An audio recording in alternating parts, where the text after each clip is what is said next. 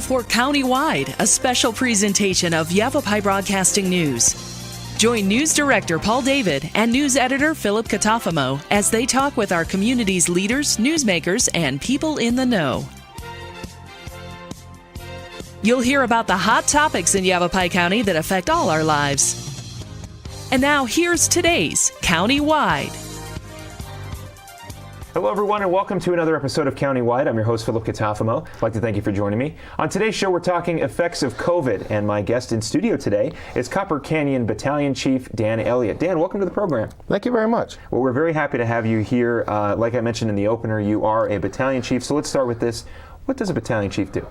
Battalion chief they're in charge of the basic day-to-day operations of the fire district. So with Copper Canyon, we run 2 stations. We have 14 guys on, so I oversee the 2 captains that are at each station, and then we make sure we've got all the sick time coverage. We take care of individual sections. I'm in charge of the EMS section and all of our reserve programs, so I have that on my set. Then we help develop policies and procedures and SOGs and make sure we can help keep our budget online.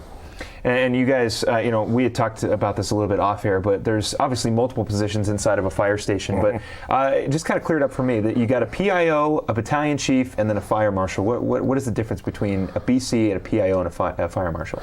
Well, the fire marshal is one that deals with a lot of the inspections, building codes, fire codes. They go do all the pre-planning. They pretty much specialize in keeping people safe with new construction, new houses.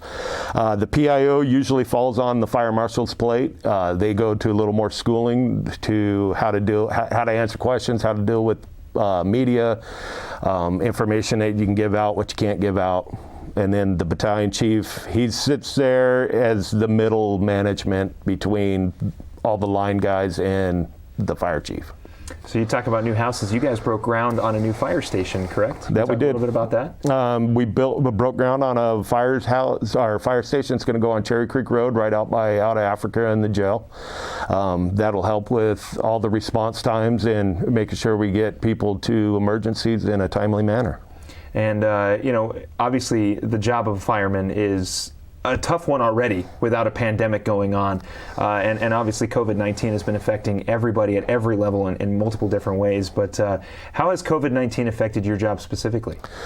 With being the EMS chief, it's a huge chunk to take on, especially when you're a new battalion chief. You go from having to write COVID guidance documents with a disease that we knew very little about, and there was very scarce information out there, to trying to guide people to keep them safe and what to do. And then it comes down to we're in charge of ordering equipment, trying to find all the infectious control masks, goggles, gloves. When it hit, everybody went out and bought them all. So masks that we needed for our day-to-day operations became very scarce. So I just got a shipment in of N95 masks that I ordered 6 months ago.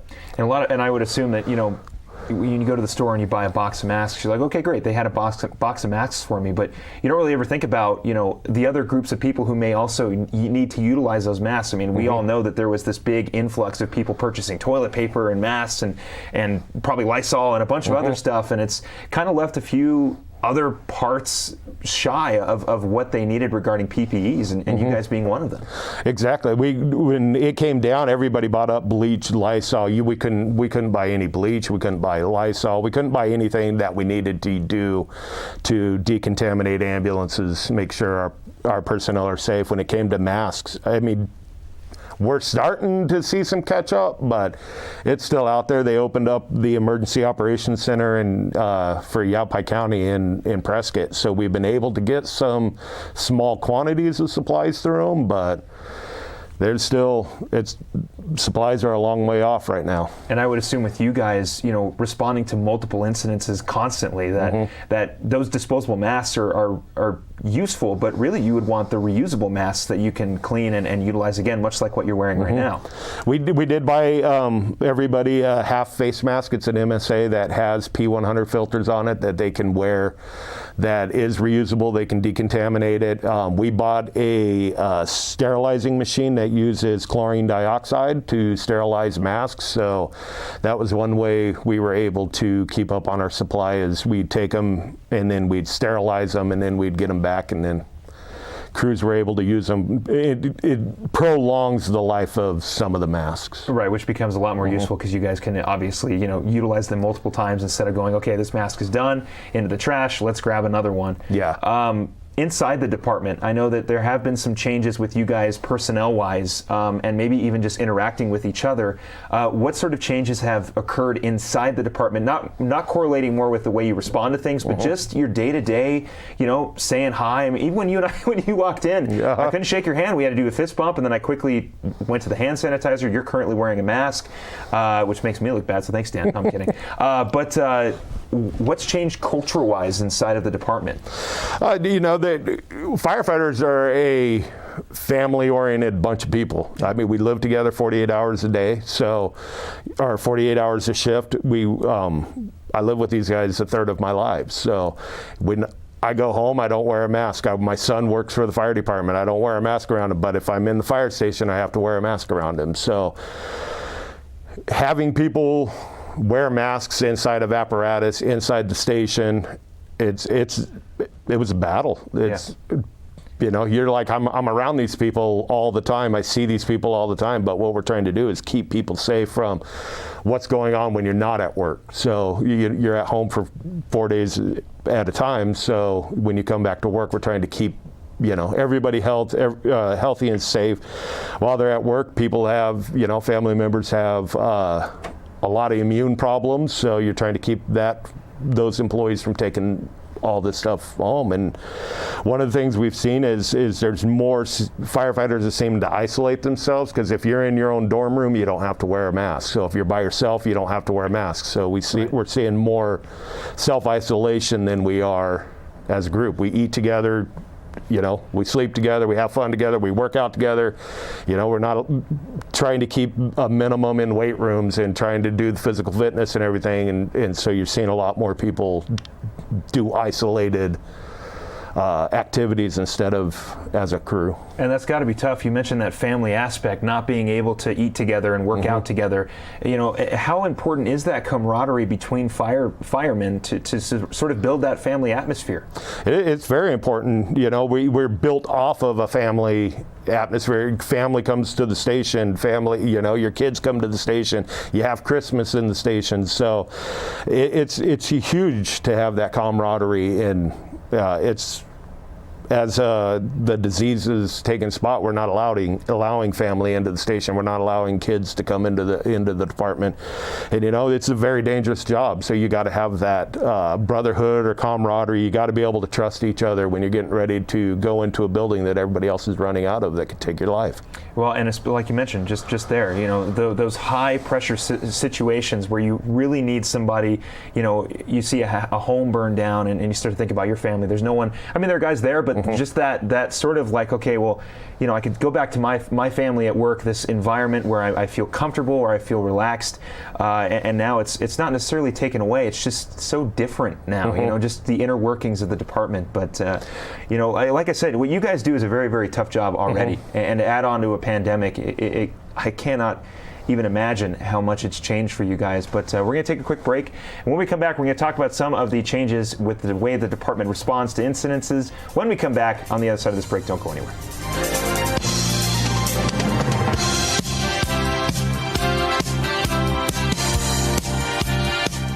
Do you need more closet space? Hi, I'm Tracy Shadley, owner of Organize A to Z. We provide professional custom design solutions to keep you and your space organized, which helps reduce your stress, increase your productivity, and allows you to take control of your belongings. We are proud to be locally owned and operated, specializing in custom closets, garages, offices, and pantries. Call me today for your free consultation. Organize your space, organize your life. Two things we can count on every year. A new set of tax rules and great weather here in northern Arizona. Jackson Hewitt Tax Service, locally owned and operated by Lewis Rice since 1997, is here for you all year long. Your neighborhood Jackson Hewitt Tax Office will help you in all of your taxing situations. Electronic filing is always free with your tax preparation at Jackson Hewitt Tax Service. Get more in return. Call 1-800-234-1040 for an office near you. With too many senior homeowners falling short in their retirement dreams, there may be great news for you. A reverse mortgage may be the answer. The flexibility it provides may help you with your retirement dreams, peace of mind, and quality of life in your retirement. For your in-home, no-obligation consultation, contact me at 928-225-7418. That's 928-225-7418. Or you can find me at Facebook at Jim Hostler, Reverse Mortgage Specialist.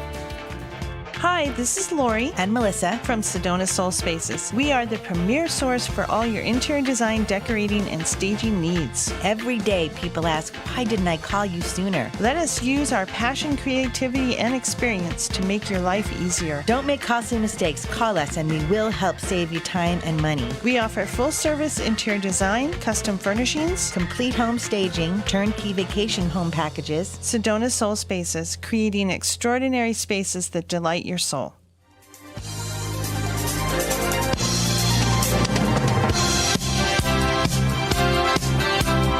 want to welcome you back here to Countywide. I'm your host, Philip Catalfamo. On today's show, we are talking effects of COVID, and my guest in studio today is Copper Canyon Fire Battalion Chief Dan Elliott. We spoke about some of the changes that COVID-19 has had inside of the department. Now let's talk about outside, responding to incidences.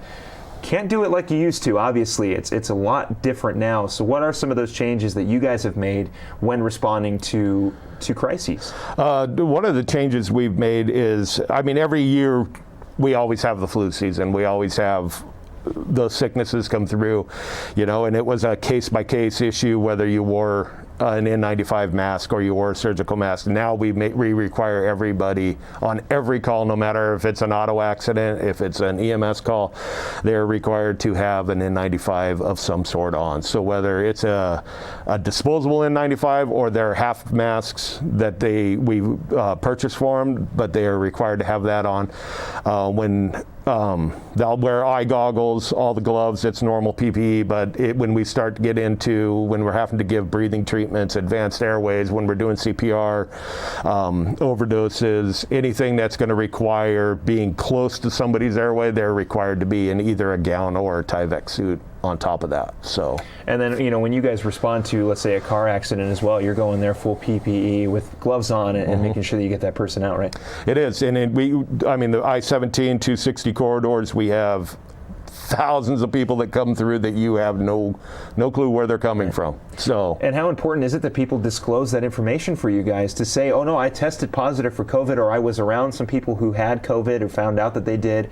How important is it that when you're responding to an incident, that the person who you're responding to is open with you guys? It's very important. It's not going to change any care that we give anybody. We're going to give everybody the same care, but it adds some precaution on our behalf to where we can have two people step away and put on gowns or Tyvek while we're still working, and then make sure when we transport them to the hospital, we're letting them know, hey, they're COVID positive, probably ought to isolate them, make sure that they're in the proper masks when we take them into the hospital, so that way we're decreasing the possibility of other people being exposed to it. Do you think there might be a small stigma going around that if you were to tell a fireman or a police officer that you have COVID, that you're worried they might just walk away from the incident because they don't want COVID? Do you feel like that maybe that might be a problem? I think there is people out there that think that if they tell us that they have COVID-19, we're just going to pack up and go home, but that's not the case. We will treat everybody the same. It's not going to change. And that's where we've came in with everybody's going to wear an N95 on mask. Every patient that we come into, that if they're going to be transported, they're going to be put on a surgical mask, or if we have to put them on oxygen. That way, everybody's going to get the same treatment. We're not singling anybody out. How often are you guys tested for COVID? With us, basically right now, we've left it to if we have an exposure or when family members are sick, our guys will get tested. or if they want to go get tested. So basically, we've had several go get the rapid testing that tests for antibodies and stuff just to see if they've possibly been an asymptomatic carrier of it. But we haven't had anybody come back with any type of positive, knock on wood. Can we just, well, I don't want to ruin it now, but my next question is, if you have a positive case in the department, what are the protocols in place for that person? Basically, we developed, when all this first started, I developed the employee guidance document that basically walked everybody through what you had to do. If we have an exposure, if we transport a patient that was possibly COVID-19 or positive, all the crews, when they get to the hospital, there's a decontamination process they go through with the ambulances. When they come back from the hospital, the employee has to go through a decontamination process. They go take showers at Station 81 in the weight room or downstairs at Station 82 where they're not coming into the living quarters. So when they come back, we keep that ambulance out of service until they can get properly decontaminated, they can get out of their clothes, they can get into fresh clothes, and then we'll put them back. And then after they do that, they notify the battalion chief, they fill out exposure reports, so that way we can track anybody that they've been exposed to for COVID, so that way if they do become sick, we can track it back to patients, so that becomes a workman's comp issue. Any specific, I know you guys have a swift water rescue team and a few of the other, other aspects of a fire department.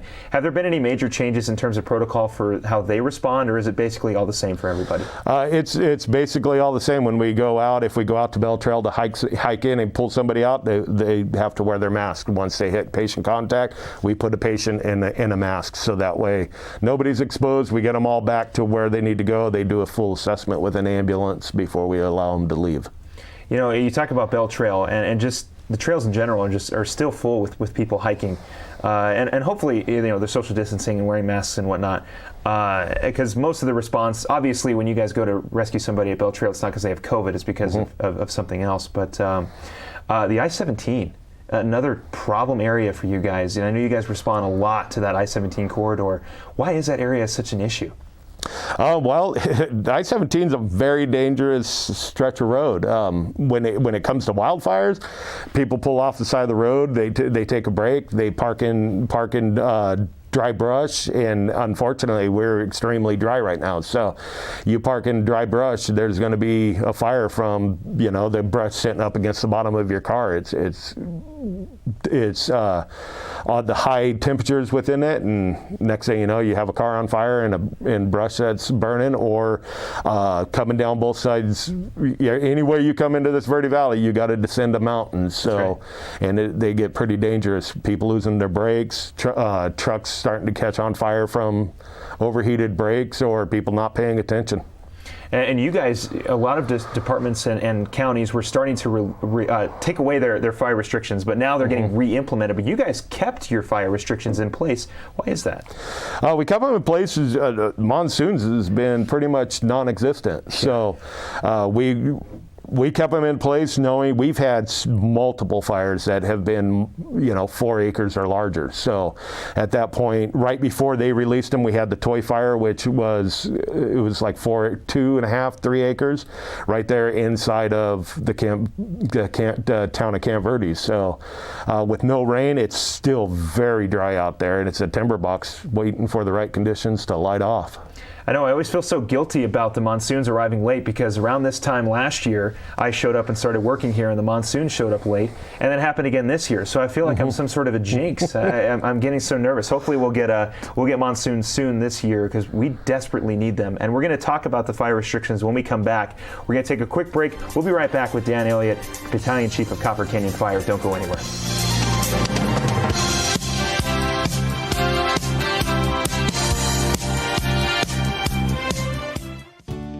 From inspiration to installation. If you need help with your decorating plan, call the pros at the Picture Window. We are your #1 source for top quality blinds, shades, shutters, and flooring. We've been in business here for 41 years, and our delightful sales staff has decades of experience. We're the locally awarded Best of the Best in both Sedona and the Verde Valley. Don't pass up a free estimate on your project. Call the Picture Window now. Paul Stanley here with Stanley Steel Structures. We offer shade structures that provide style, value, and performance. Our Equinox louvered roof opens and closes to give you the ultimate patio experience. We also offer Alumawood shade covers that looks like wood but lasts like steel and never needs painting or maintenance. Visit us at StanleySteelStructures.com. Contact us today and be covered tomorrow. Stanley Steel Structures. Let us add some space to your place. The EPA says C&B Construction ranks in the top 1% nationally. C&B Construction invites you to see what energy efficiency and indoor air quality can be. We have won another Department of Energy Innovation Award, and C&B Construction is the only contractor in the country to win 6 consecutive EPA Indoor Air Plus awards. Experience our zero-energy, move-in ready homes at Crossroads at Mingus. C&B Construction, locally respected, nationally recognized. Find out more at C&B Homes.com. This is Bruce Morrow, Transportation Manager for Cottonwood Area Transit. Remember, we cover the entire Verde Valley and Sedona. Cottonwood Area Transit has you covered wherever you want to ride in the Verde Valley, all day, every day. Take Cottonwood Area Transit through Clarkdale, Verde Village, and from 26 locations in Cottonwood. With Verde Links, it's a quick and easy trip to Sedona every day. Don't forget our connectors to Camp Verde. Visit cottonwoodaz.gov for Cottonwood Area Transit and take a seat. Let's go ride.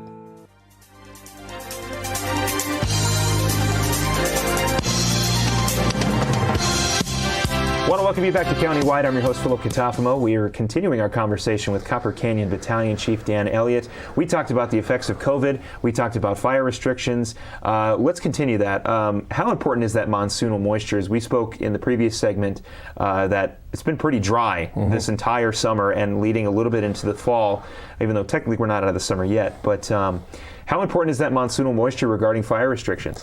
It's very important for the fire restrictions to be lifted. We're going to have to get some rain. I was reading yesterday, the Prescott Forest released their monsoonal predictions, and we're normally sitting at about 3 inches of rain by August, and we're not.